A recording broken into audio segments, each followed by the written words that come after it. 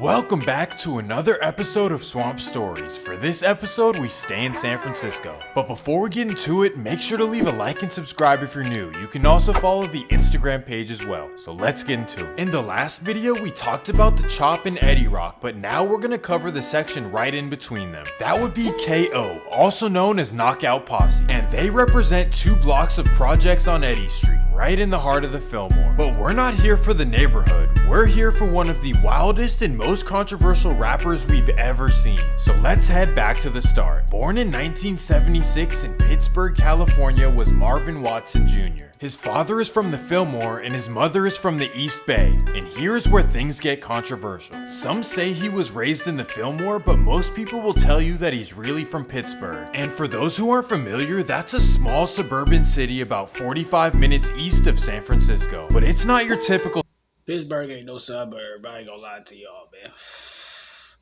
Don't go to Pittsburgh thinking it's a suburb. It ain't that bad, you know what I'm saying? But just don't be wandering around in Pittsburgh. Suburb. In fact, it has definitely seen some rough times. However, saying you're from Pittsburgh doesn't really come with any credibility. Well, it's most famous for the rapper The Jacka, and that never really hindered his respect, so I don't know. However, Messy Marv was never interested in claiming it, and maybe for good reason. Instead, he represents the Fillmore neighborhood of San Francisco. Although he claims to have lived there his whole life, anyone from there will tell you a different story. He actually moved there at 16 and began living with his cousins. This is because his father was absent and his mother was dealing with her own issues, which he talks about a lot in his music. But before rapping about the streets, he actually was rapping about nature and saving the planet. This was actually unknown until JT the Bigafigga revealed it in 2019. He showed us that before moving to the Fillmore, Messy Marv was in a Pittsburgh rap group called Hook Boogie. However, at the time, nobody knew that because anytime he was in the Fillmore, he hid that side of his life. In fact, he started representing KO so much that he got the block tattooed on his arm. And on top of this, many will tell you that he adopted the rivalries that representing KO came with. But at the age of 19, Messy Marv began his own solo career with his cousin San Quinn. And right out of the gates, he was putting out mixtape after mixtape in the late 90s. But things began getting serious for his career in 2002 because that's when he dropped his album Turf Politics. The album caught the attention of the entire West Coast, even some people in Texas like Lil Flip. He even began making music with Mac Dre and went on tour with the whole Thiz Nation. And over the next 2 years, he stamped himself as a rapper that everyone respected. It was nothing more and nothing less. He was just a rapper who spoke the word of the streets.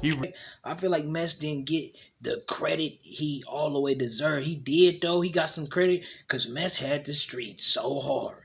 I swear to God, man, when Mess had the streets, man. But I feel like California and the Bay, the attitude of the people is kind of like they just don't acknowledge your accomplishments like other places, you know what I'm saying? Really didn't care about catering to a national mainstream audience. All he really cared about is if the trenches loved him. But in 2004, he formed a new persona, which I would call the Bully Messy Marv. And it all started when G-Unit rapper W.I.G did an interview with 106 KMEL. In the interview, they asked him about how he likes San Francisco. Well, he replied jokingly, saying that he had to keep his on the wall the entire time, meaning that everyone in the city is, let's say, rainbowish. Well, Messy Marv did not like the comment one bit, which honestly, if you even make fun of San Francisco, the people will try to convince you it's Chicago or something. Like, come on bro, no one is scared of San Francisco.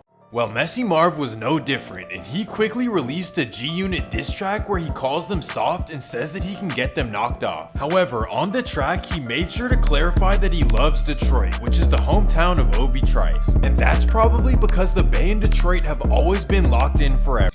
What's crazy, right? I remember when Mess dissed W.I.G and he was getting into the whole beef with them niggas over there, right? I didn't like that. I ain't gonna lie. Even though I was, I'm riding with the West Coast, you know what I'm saying? You know how it be. Even though I'm like, okay, I fucks with Mess heavy, I didn't like that because I felt like that was fucking up his industry chances, you know what I'm saying? Because we was so, like, we were so out of the loop for a little. I felt like he was a perfect fit for the industry at that time, too, because if you think about it, like he said, the Turf Politics came out in 2000, and Get Rich or Die Trying came out, what, like in 01? Feel me? Mess was a good candidate for that era for sure. Well, Obi Trice and G Unit released 2 diss tracks called I'm Back and Overkilla. However, 50 Cent eventually did call Messy Marv and Gooch and they decided to squash the whole thing. But looking back on it, the fact that Messy Marv made a whole diss track because of a radio station comment about his city is wild. I'm not sure whether this proves his point or Obi's point. Either way, Messy Marv's erratic behavior would continue, but this time within his own family. In 2007, he began falling out with his cousin and fellow rapper San Quinn. An argument between the two turned into a diss track by Messy Marv called Killa, and on the track he said some of the wildest things imaginable. At first it was calling him a and saying that he snitched as well. He then said that San Quinn is soft and always called him to handle his issues. All of that is still somewhat mild and recoverable, but the second half of the song may be the most disrespectful I have ever heard. The second verse opens up by Messy Marv saying, I had Cheryl T before you married her. Cheryl T is San Quinn's wife, for those who don't know. Oh, it gets worse. Messy Marv then says that he will run inside San Quinn's mom's house on Grove Street and let's say do the do with her. Okay, first of all, this is just a weird thing to say, but also, wouldn't that be his own aunt? If San Quinn is his cousin, then Quinn's mom is Messy's aunt, and he wants to what?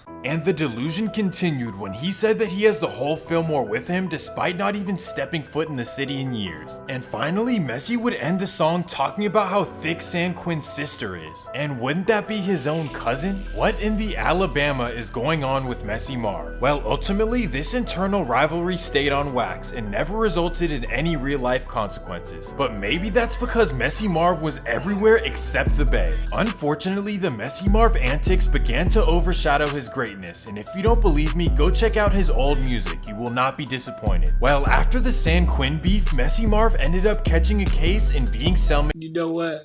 Now that I think about it, that's why I said Quinn ain't never let it go. You know what I'm saying? Or that's why I said Quinn has been willing to like move forward though. I seen it's with an LA bounty hunter from Nickerson Gardens. From there, he got put on and started representing BHB to the fullest. This made many people in the Bay Area mad, especially the Fillmore. The #1 rule in the Bay back then was to represent your block and your block only. And although they respected the LA politics, the whole red and blue thing was seen as nonsense. This move by Messy had people feeling like he lost his roots and pride in the area. And after this, he moved to LA, then to Little Rock, Arkansas, which I forgot Arkansas even existed. Like, there's no way people actually live in Arkansas. Like, imagine waking up, looking outside, and you're in Arkansas. Couldn't be me. Anyways, his next stop would be Fort Lauderdale, Florida, which is another really random place for him. Well, although he was bouncing around state to state, he somehow would not stop making enemies in the Bay. And this time, the victim would be Oakland legend Too Short. On a random day in 2011, Messy Marv receives a call. The man on the phone tells Messy Marv that if he doesn't sign with his label, he's going to mess him up. The man claims to be Too Short and instantly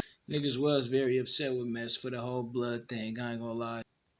That was one of the things that kind of tarnished his reputation as far as Northern California goes, right?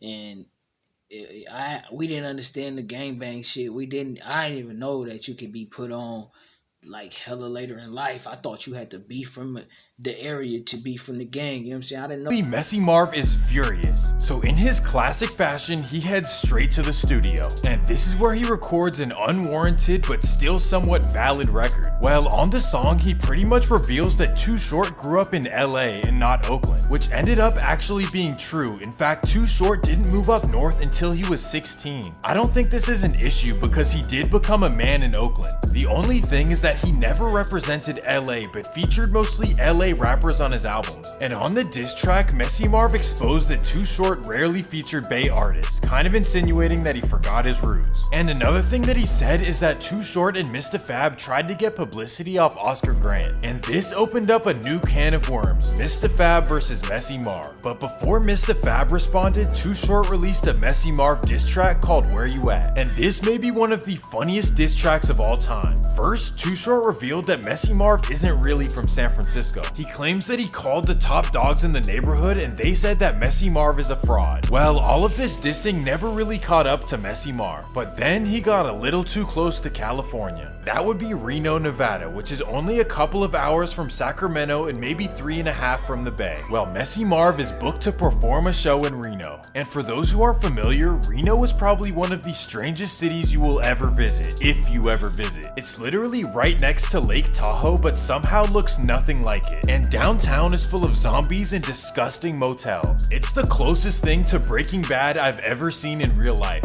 It only exists for two reasons: the casinos and an annual AAU tournament. However, it is a popular place for California rappers to perform. That's because many people will drive up Highway 80 and spend a cheap weekend at the casinos and catch a concert.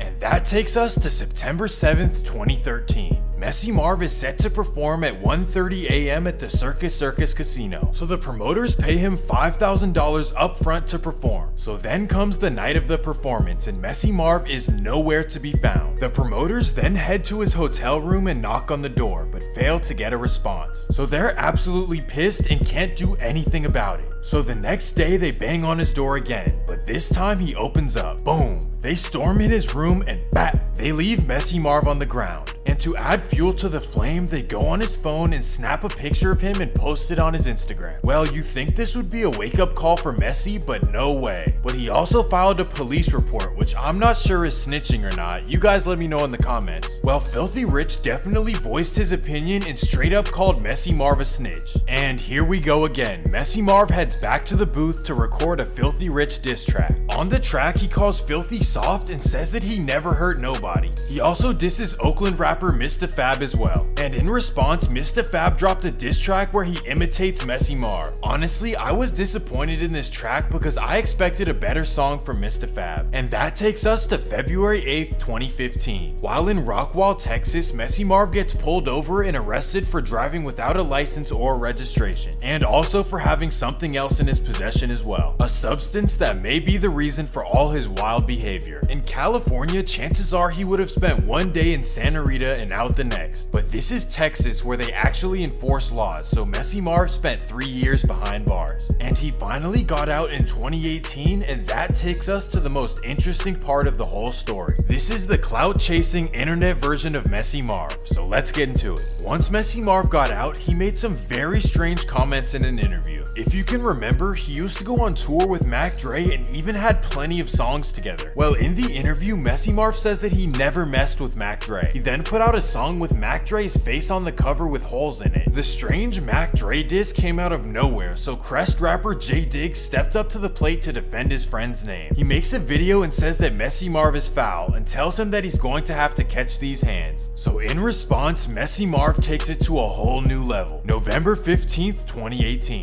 Messy Marv and his friend decide to head to Vallejo and record the entire process for social media. So they drive through the Crest and pull up to J Diggs' childhood block. However, the only people on the block are children and grandmothers. Regardless, his friend says let's knock one, insinuating, you know. Well, Messy Marv decides not to do it. Instead, he hops out and yells, "This is Frisco Bounty Hunters," which sounds goofy even saying it. So after driving away, Messy Marv posts the whole video on Instagram and J Diggs is not happy. But I'm not gonna lie, when Mess did that, right?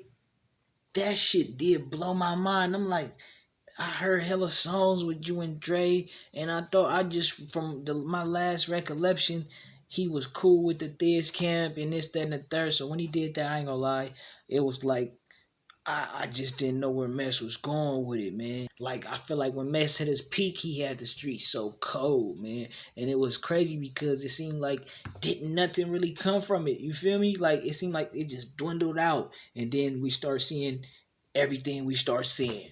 You know what I'm saying?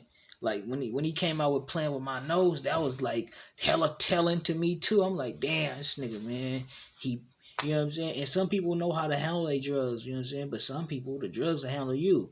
You know what I'm saying? The drugs will handle your ass. But what y'all niggas, let me know what y'all think about, man. Hey, shout out Swamp Stories. You be doing your shit, man. Nigga, definitely appreciate these motherfucking I watched your last one you did on Frisco, the Chop versus Eddie Rock.